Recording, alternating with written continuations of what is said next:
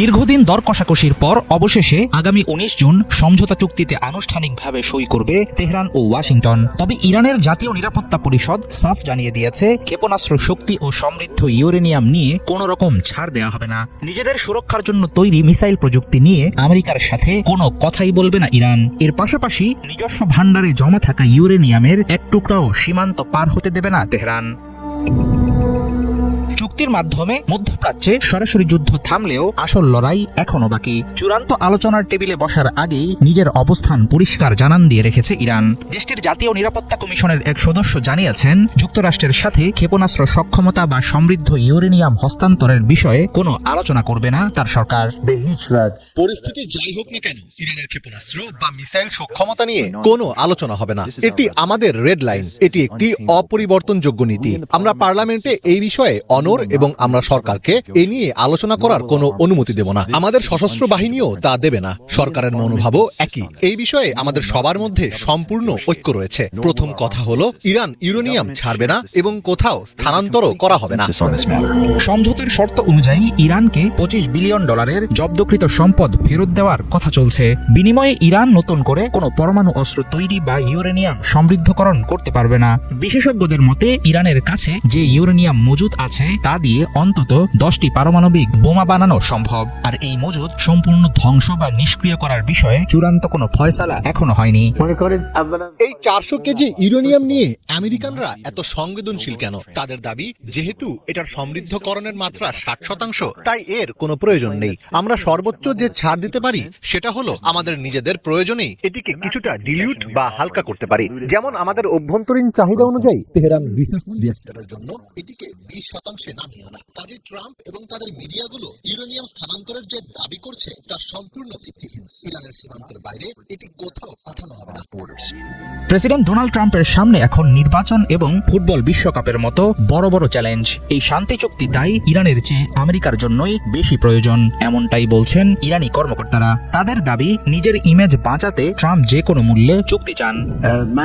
এই চুক্তিটি যুক্তরাষ্ট্রের খুব জরুরি প্রয়োজন। সামনে নির্বাচন এবং বিশ্বকাপের সময় শান্তির প্রয়োজনেই ট্রাম্প এতে আগ্রহী। কাজেই যতক্ষণ পর্যন্ত ইসলামিক রিপাবলিকের স্বার্থ সুরক্ষিত থাকছে, ততক্ষণ আমরা এই প্রক্রিয়া এগিয়ে নিতে প্রস্তুত। ইরান আমেরিকার যুদ্ধ হয়তো সাময়িকভাবে থেমেছে, কিন্তু আদর্শ ও শক্তির এই লড়াইয়ে তেহরান নিজের অবস্থান থেকে এক চুলো নড়তে রাজি নয়। এখন দেখার বিষয় হলো, ইরানের এই কঠিন শর্ত মেনে নিয়ে ট্রাম্প প্রশাসন কতটা এগোতে পারে। দুই পক্ষের মধ্যে অমীমাংসিত কিছু বিষয় ও চুক্তি নিয়ে ধোঁয়াশা আগামীতে আরো পরিষ্কার হয়ে আসবে। তবে চুক্তির টিকে থাকা বা না থাকার ক্ষেত্রে ইরানের ইউরেনিয়ামই হবে মার্কিন কূটনীতির জন্য সবচেয়ে বড় পরীক্ষা।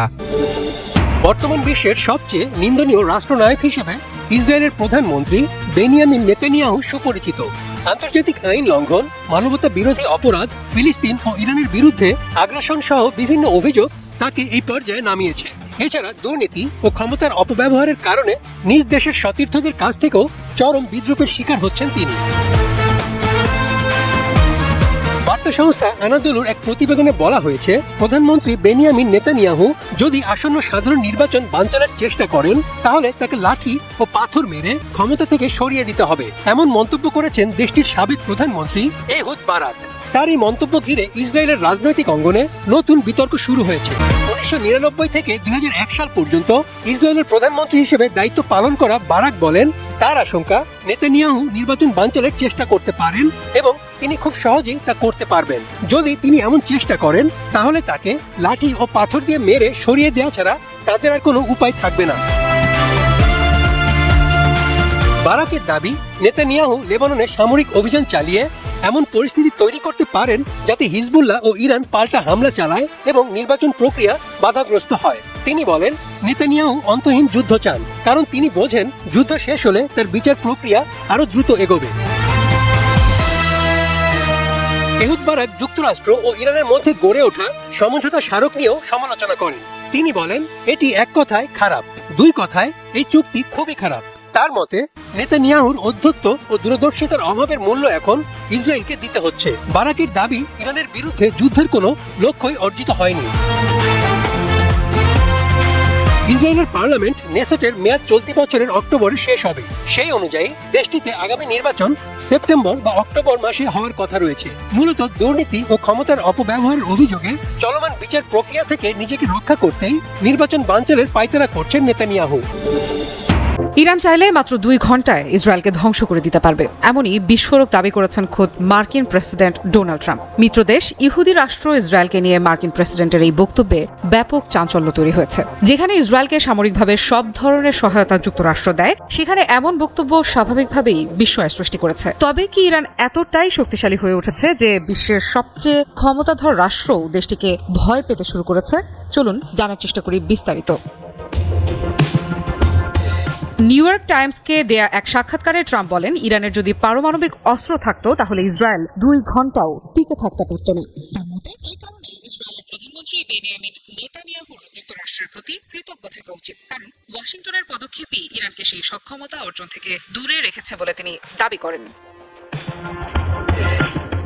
ট্রাম্পের এই মন্তব্য এমন এক সময় এসেছে যখন ইরানকে ঘিরে নতুন একটি সমঝোতার কথা সামনে আসছে, কিন্তু সেই সমঝোতার পথ মোটেও সহজ ছিল না। সাক্ষাৎকারে ট্রাম্প দাবি করেন, ইসরায়েলের কিছু সামরিক পদক্ষেপ প্রায় পুরো প্রক্রিয়াটিকেই বিপদের মুখে ফেলে দিয়েছিল। বিশেষ করে লেবাননে ইসরায়েলি হামলার প্রসঙ্গ তুলে তিনি বলেন, ওই হামলা চূড়ান্ত চুক্তিকে প্রায় ভেস্তে দিতে বসেছিল। এমনকি নিজের দীর্ঘদিনের মিত্র নেতানিয়াহুকেও ছাড় দেননি ট্রাম্প। তিনি বলেন, তিনি খুবই কঠিন একজন মানুষ। এই মন্তব্য শুধু 2 নেতার সম্পর্ক নিয়েই প্রশ্ন তুলছে না, বরং মধ্যপ্রাচ্য নিয়ে ওয়াশিংটন ও তেল আবিবের কৌশলগত অবস্থানের পার্থক্যও সামনে নিয়ে আসছে। তবে তার বক্তব্যে গুরুত্বপূর্ণ অংশ ছিল ইরানের বিষয়ে তার মূল্যায়ন। ট্রাম্প দাবি করেন, তারা তৃতীয় হামলা চায়নি, তারা বেঁচে থাকতে চায়। এই সংক্ষিপ্ত বাক্যই ইঙ্গিত দিচ্ছে যুক্তরাষ্ট্র মনে করছে সামরিক চাপই ইরানকে সমঝোতার পথে এনেছে। যদিও তেহরান দীর্ঘদিন ধরে বলে আসছে তাদের পারমাণবিক কর্মসূচি শান্তিপূর্ণ উদ্দেশ্যের জন্য এবং তারা কোনো চাপের কাছে নতি স্বীকার করে না। ট্রাম্প আরও একটি বড় সতর্কবার্তা দিয়েছেন। তিনি বলেছেন, যদি ইরানের পারমাণবিক কর্মসূচি নিয়ে চূড়ান্ত সমঝোতা না হয় তাহলে যুক্তরাষ্ট্র আবারও সামরিক পদক্ষেপ নিতে পারে। অর্থাৎ আলোচনা চলছে ঠিকই, কিন্তু তার ছায়ায় এখনও যুদ্ধের সম্ভাবনা পুরোপুরি দূর হয়নি।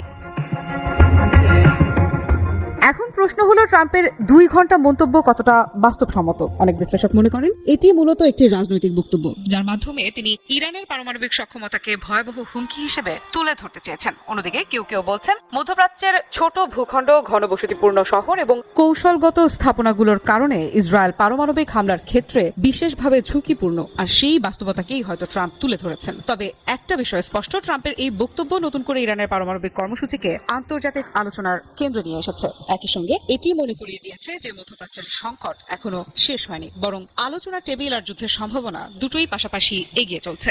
তবে ইরান বারবার স্পষ্ট করেছে পারমাণবিক খাতে তারা কোনোভাবেই আপোষ করবে না। তাই চুক্তি হোক আর না হোক, ইরানের পারমাণবিক কর্মসূচি অব্যাহত থাকবে, এমনটাই কড়া অবস্থান তেহরানের। তাই ইসরায়েলের জন্য 2 ঘন্টার আলটিমেটাম যে থেকেই যাচ্ছে সেটা নিশ্চিত করেই বলা যায়।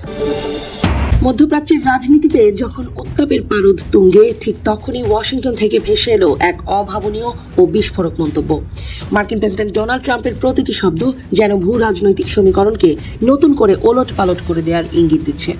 দীর্ঘদিনের ঘনিষ্ঠ মিত্র হিসেবে পরিচিত ইসরায়েলি প্রধানমন্ত্রী বেনিয়ামিন নেতানিয়াহুর প্রতি ট্রাম্পের এই রুক্ষ ও আক্রমণাত্মক আচরণ নিয়ে বিশ্বজুড়ে চলছে জোর আলোচনা। সরাসরি নেতানিয়াহুকে একজন অত্যন্ত কঠিন মানুষ, মানে ভেরি ডিফিকাল্ট গাই হিসেবে আখ্যায়িত করেছেন ট্রাম্প। হোয়াইট হাউসের অলিন্দে যেন এক ধরনের শীতল যুদ্ধের আবহ তৈরি হয়েছে, যেখানে মিত্রতার আড়ালে লুকিয়ে থাকা তিক্ততা এখন প্রকাশ্যে। ট্রাম্পের এই মন্তব্য সাধারণ কোনো সমালোচনা নয়, বরং এক প্রকার হুঙ্কার। নেতানিয়াহুর রাজনৈতিক অস্তিত্বের উপর বড় ধরনের প্রশ্নের চিহ্ন এঁকে দিয়েছে। প্রেসিডেন্ট ট্রাম্পের ক্ষোভের প্রধান উৎস হল ইরান কেন্দ্র শান্তি চুক্তি বা আঞ্চলিক সমঝোতার প্রেক্ষাপট। ট্রাম্প স্পষ্টভাবে বলেছেন যে নেতানিয়াহুর উচিত তার প্রতি কৃতজ্ঞ থাকা, কারণ এই শান্তি চুক্তির রূপরেখায় আমেরিকার ভূমিকা ছিল অপরিহার্য। ট্রাম্প মনে করেন নেতানিয়াহু তার অবদানের যথাযথ স্বীকৃতি দেননি, যা একজন রাষ্ট্রনেতা হিসেবে চরম অকৃতজ্ঞতার পরিচয়। দৃশ্যপটে এখন চরম নাটকীয়তা।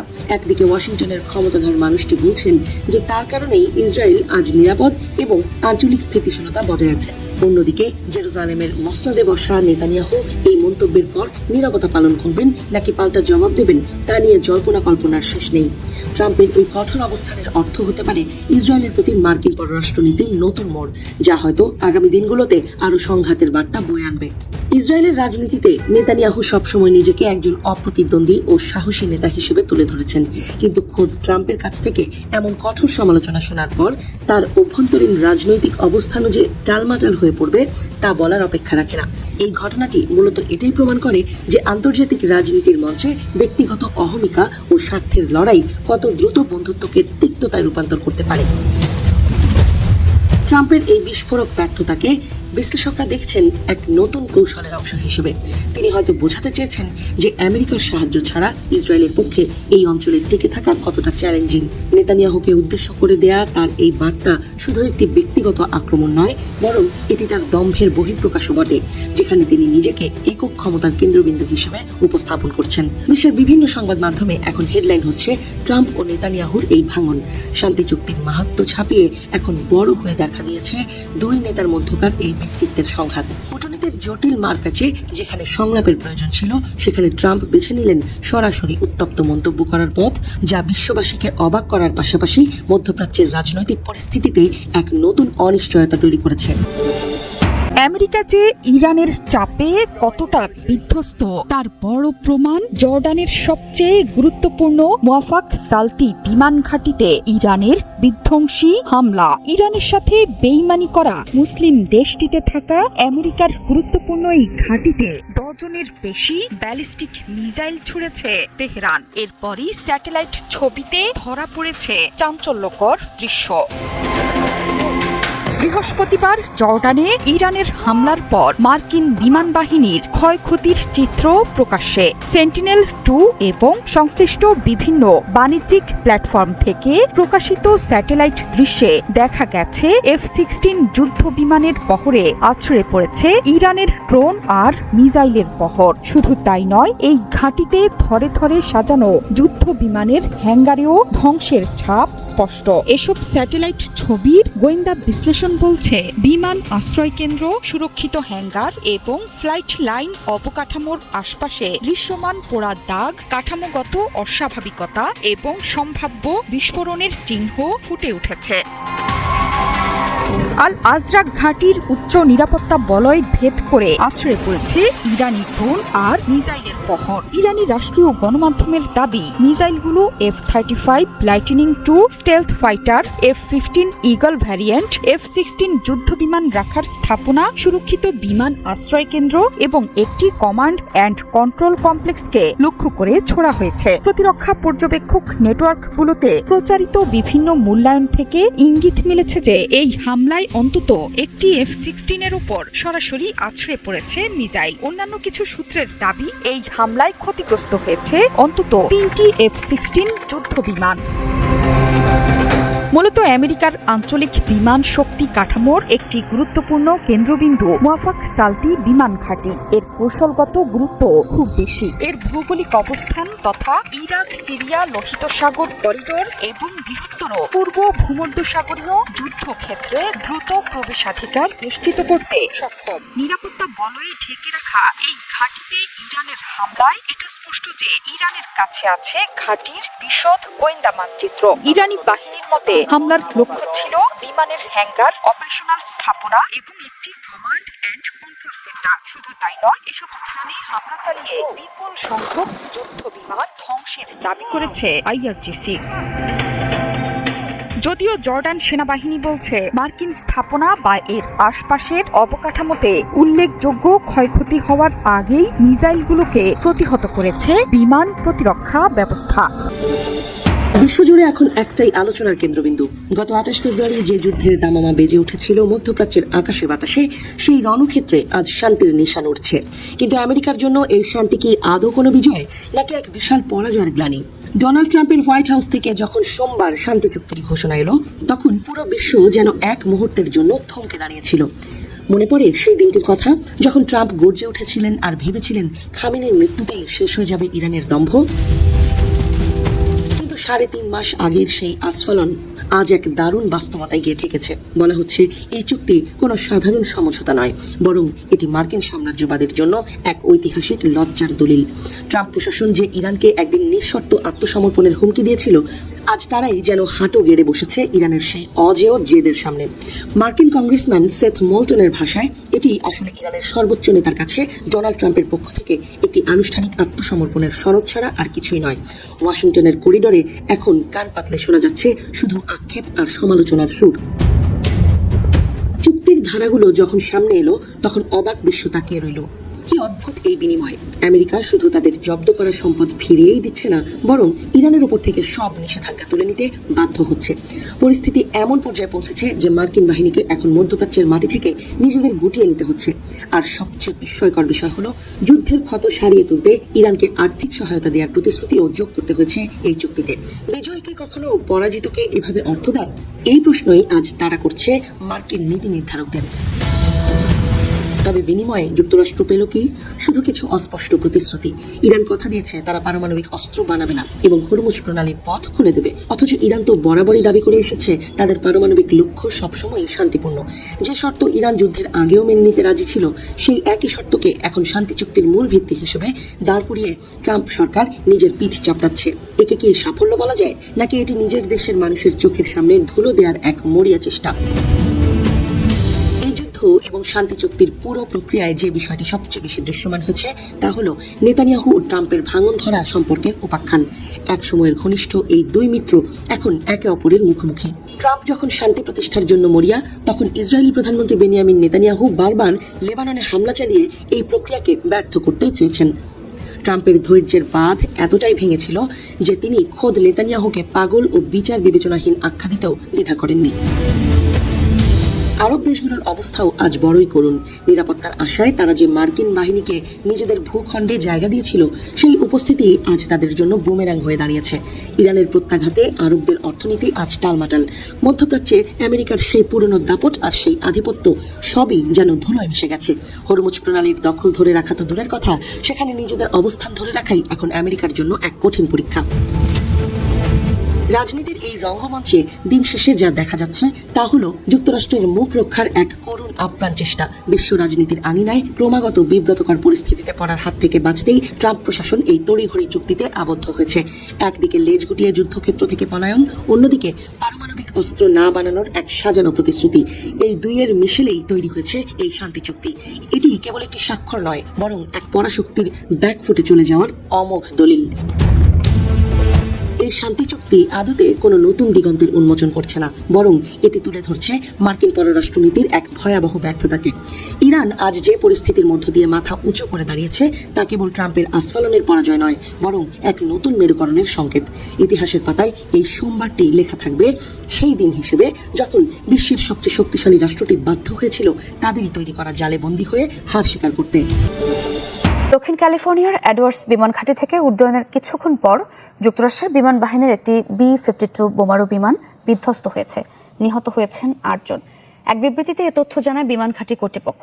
নিহতদের মধ্যে সামরিক সদস্য, সরকারি বেসামরিক কর্মচারী এবং সরকারি ঠিকাদারি প্রতিষ্ঠানের কর্মীরা ছিলেন। স্থানীয় সময় সোমবার বেলা 11:20 বিমান দুর্ঘটনাটি হয়। নিহতদের স্বজনরা পরিচয় শনাক্তের পর নিহতের নাম প্রকাশ করা হবে। সাময়িকভাবে ঘাঁটির উড়োজাহাজ কার্যক্রম স্থগিত করা হয়েছে। দুর্ঘটনার আগে B-52 বিমানটি ঘাঁটির রাডার আধুনিকায়ন কর্মসূচিতে সহায়তা করছিল এবং উড্ডয়নের পরপরই এটি বিধ্বস্ত হয়। যুদ্ধবন্ধের চুক্তিতে সই করেছে সব পক্ষ। শুক্রবার সুইজারল্যান্ডের জেনেভায় আনুষ্ঠানিকভাবে স্বাক্ষরের পর চুক্তির বিস্তারিত প্রকাশ করা হবে। সোমবার ফ্রান্সের প্রেসিডেন্ট ইমানুয়েল ম্যাক্রোর সাথে বৈঠকের সময় এমন দাবি করেছেন মার্কিন প্রেসিডেন্ট ডোনাল্ড ট্রাম্প। আরও জানান, শুক্রবার নাগাদ পুরোপুরি খুলে দেওয়া হবে হরমুজ প্রণালী। আপাতত ডিজিটাল মাধ্যমে চুক্তিতে সই করেছেন মার্কিন president Donald Trump, vice president JD Vance ও ইরানের parliament speaker Bagher Ghalibaf. Trump জানান, ইরানের উপর থেকে নিষেধাজ্ঞা তুলে নেওয়া হবে কিনা তা নির্ভর করবে দেশটির চুক্তির শর্তগুলো মানছে কিনা তার উপর।